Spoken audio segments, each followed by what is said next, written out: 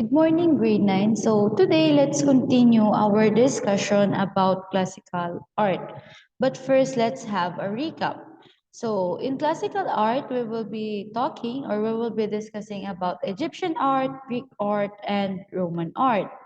So, well, we discussed in Egyptian art that Egyptian art or the earliest civilization that existed in the world is Mesopotamia. And Mesopotamia is located in Egypt and it was established along the banks of the Nile River between Tigris and Euphrates River. So corresponding to the modern day, so today in our present day, Mesopotamia is Iraq, and it is often referred to as the first place where complex urban centers grew. It is where people first began to live and work together in communities that led to the establishment of modern civilization. So, some of the important or most important ideas that derive from Egyptian civilization, we tackled about the idea of union, the divinity of the king, and belief in immortality. And because of these three, ay nag-led siya or nag-gave rise siya sa Egyptian art. So, such as for example, the belief in immortality dahil nga naniniwala ang mga Egyptians sa afterlife. So, nagkaroon this called funerary art or yung mummification, yung method of embalming or it is their way to preserve or it is their method to treating the dead body that the ancient Egyptian used. At ang tawag nga dito ay mummification. And also, pagdating naman sa painting during Egyptian art, Egyptian painting, yung earliest archaeological find from Egyptian art is called Palette of Narmar. So, another, hindi ko to nasabi sa discussion, but another one is yung Palette of Narmar is tinatawag rin siyang Great Hierakonpolis Palette. So, kinarve itong painting na to or kinarve itong Palette of Narmar to depict yung victory ni King Narmar, yung first dynasty king, which is King Narmar. So, sinasabi na kinarve itong Palette of Narmar upang ipakita or to depict the victory of King Narmar in conquering his enemies. And also, kung makikita nyo dito sa side na to, this one, ito yung nagpapakita ng pag-unite ng Lower and Upper Egypt. So basically, the Narmer palette is intricately carved to tell the story of King Narmer's victory in battle and the approval of the gods at the unification of Egypt. It also features some of the earliest hieroglyphics. When we say hieroglyphics, again, these are the picture writing na matatagpuan sa Egypt. Also, we have Egyptian walls. Just like this one. We also talked about this one. Di ba sinabi ko sa inyo na yung mga walls sa Egypt, they are all covered with paintings and hieroglyphics. Ito, isang example rin ng Egyptian walls.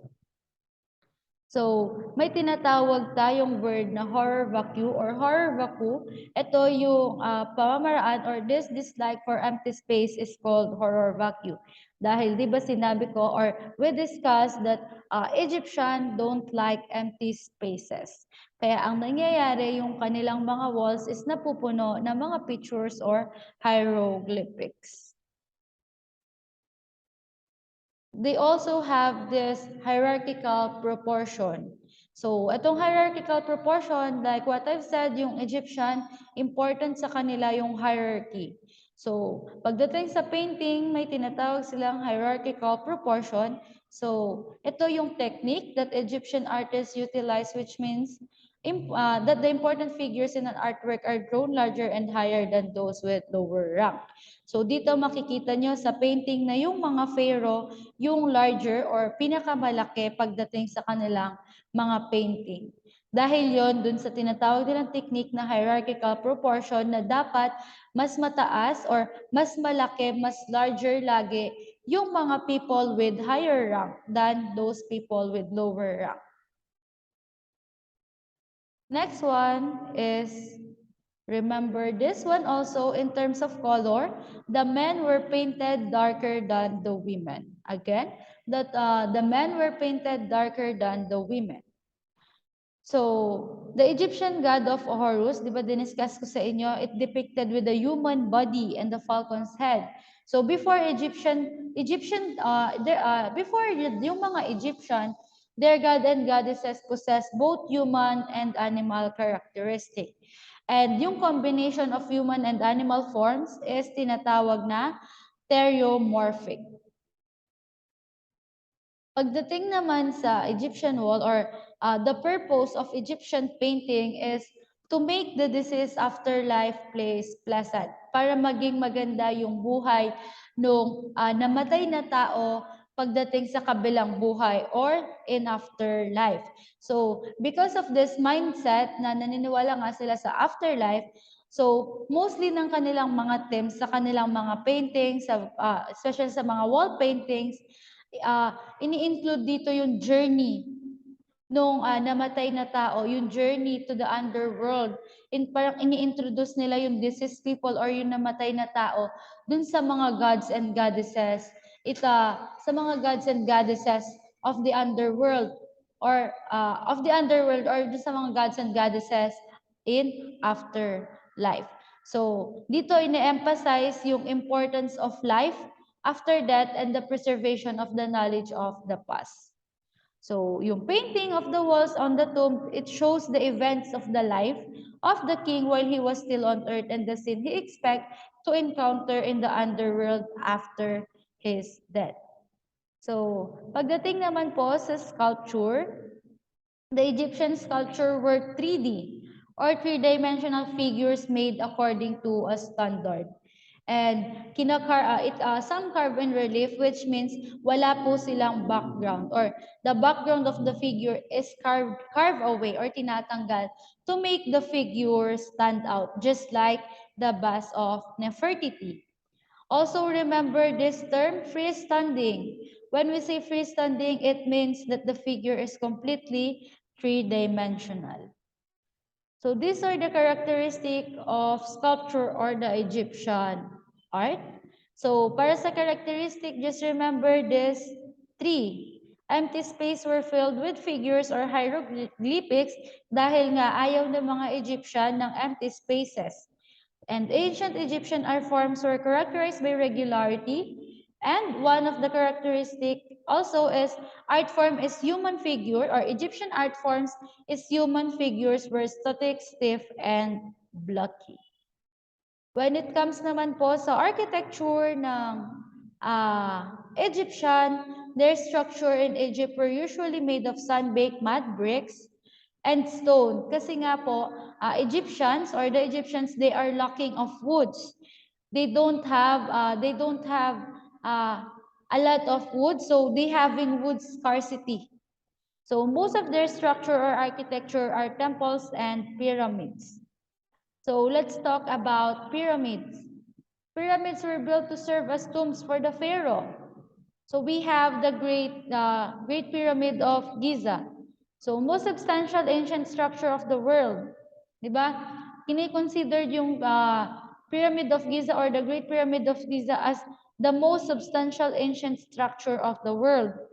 So these three pyramids are the funerary structure of the three kings of the 4th dynasty. Yes, sinabi ko si Khufu, si Kafa, at saka si Menkaura or Menkura.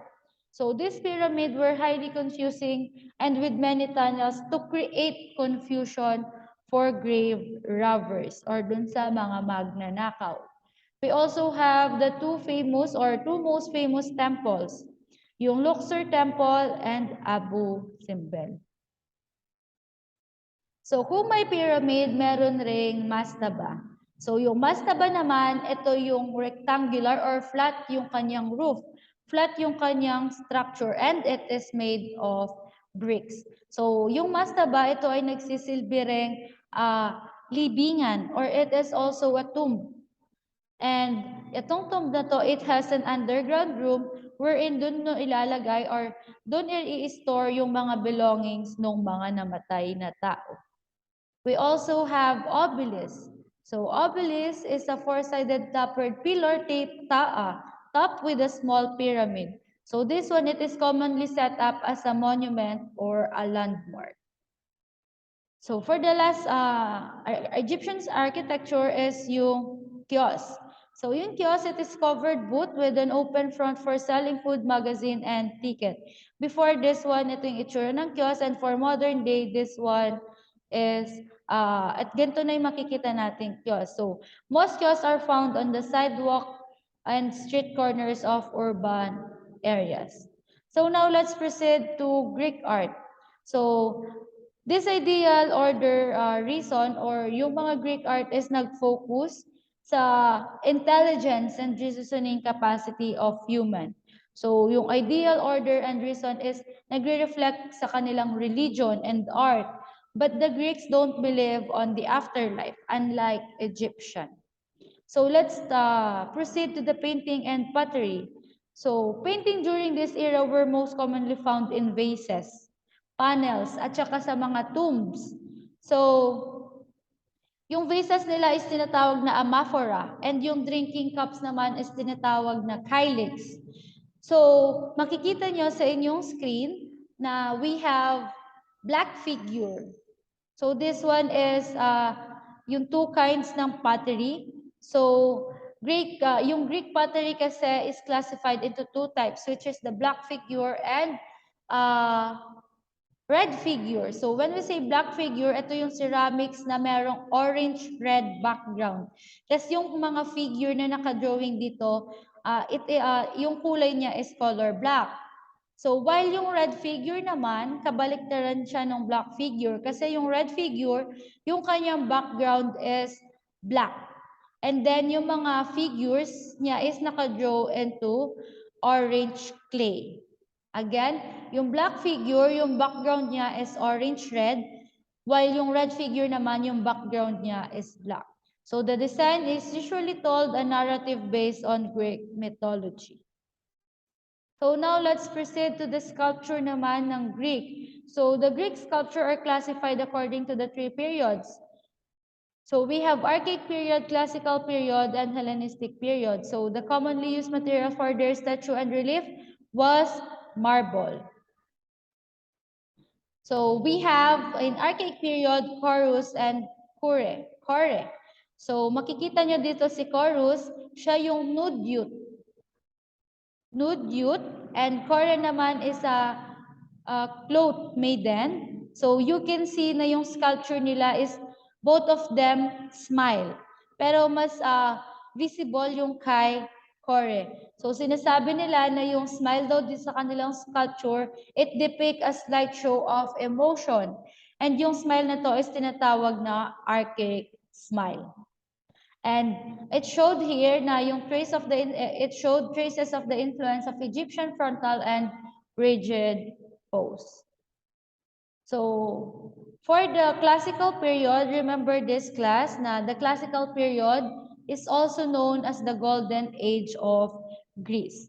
So they also have this contrappostus pose, which is mostly ginagamit nila sa kanilang sculpture. So pag sinabi natin contrapposto pose, ito yung dinidepict niya yung figure, depicted the figure standing with its weight on one leg while the other leg is relaxed. For you to visualize, it's look like this one. So yung center of gravity nasa isang foot, and yung isa is the pelvic axis is raised. So makikita nyo dito sa example ng kanilang sculpture, yung contrapposto pose kay Apollo of Belvedere. Makikita nyo yung contrapposto pose. Now let's proceed to Hellenistic period. So, sa Hellenistic period naman, Hellenistic denotes a preference in sculpture for more elaborated pattern. So, may manner of arrangement of figures and groups and an emphasis on the representation of movement for dramatic effect. So, basically, it is characterized by an exaggerated interest in anatomy and detail and informal posing to emphasize the figure's movement. And like what I've said, yung dramatic technique, they use dramatic technique or they give a dramatic effect to portray several emotion. Some of their sculpture during Hellenistic period is Nike of Samothrace and Venus de Milo. So let's proceed to Greek architecture. So, ito lang po yung importante na tandaan sa Greek architecture. The Doric, Ionic, and Corinthian. So, when we say Doric, this is the earliest and simplest of the column and it is topped by a broad plain capital. While yung Ionic naman, it is a slender and gracefully designed column that has a double scroll. This one, it has a double scroll design for its top. And yung Corinthian, ito na yung pinaka-develop or this is the developed version of the Ionic with curly acanthus. This one, the curly acanthus lives on its inverted bell-shaped capital. So remember lang po yung pinagkakaiba-iba or yung description ng tatlong ito, Doric, Ionic, and Corinthian. So now let's proceed to Roman art. So we will just discuss the important terms or important concepts sa Roman art. So yung Roman art or Roman Empire, they invaded the Greece. Kaya mostly yung Roman Empire, dahil nga in-invade niya yung Greece, Romans borrowed almost everything from Greek culture, from its sculpture up to its temple structure. Kaya kung makikita nyo sa sculpture or Roman sculpture, si Augustus of Prima Porta, makikita nyo yung contrapposto pose. Pagdating sa sculpture ng Greek. So, ganun rin, parang it influenced the Roman sculpture. So, Roman sculpture was greatly based on the Greek models. So, we have two forms of Roman paintings. These are the mosaic and fresco. Just remember this term, mosaic and fresco. So, mosaic, ito yung picture that produced by arranging pieces of glossy stone. While fresco naman, these are wall painting and watercolor. So, painting are displayed mostly sa kanilang mga bahay to show their wealth, taste, and education. So, dinidisplay nila yung mga paintings para mapakita yung kanilang yaman, yung kanilang taste pagdating sa art, and yung kanilang education. So, this one is an example of painting the villas in Pompeii, Herculaneum, and Rome. This painting is a Roman painting. And pagdating sa architecture, mostly kilala ang Roman sa kanilang Colosseum. So, itong Colosseum, it is a huge amphitheater made of concrete that has a total of 50,000 seating capacity. So, if you want to discover more about the architecture of Roman art, specifically at Colosseum, you can go to your Genio, and in Genio, go to the virtual field trip and choose the Colosseum. Makikita nyo yung outside structure or yung view outside and also the view inside ng Colosseum. Another architecture from Rome or the Roman is the Pantheon. So this one naman, it is a round temple dedicated to the gods. So yun lang po yung important pagdating sa Roman art. So I hope class you are nagkaroon ng recap or recall yung discussion na napag-aralan natin about classical art and also you naintindihan. I hope you understand our lesson about classical art. So if you have any question pa or clarification or concern, you can message me or you can ask me when you see me on the corridor or you can directly message me on my Facebook account or in our class GC. So class, after watching this, please note you have a quiz on next meeting, which is on August 11, on Thursday. So this is a note for quiz 1-1. We have a quiz 1-1 on Thursday, August 11. Review lesson 1 and 2, ancient art and classical art. Yung ancient art, page 54 and 55, and yung classical art is 58 to 67. And yung pinapa-emphasize ko sa kanyo, mag-focus kayo doon. And also, ancient Egypt. Mag-focus kayo dun sa Egyptian art. All right? So, thank you everyone. I hope you understand our lesson for today. Have a nice day everyone. Goodbye.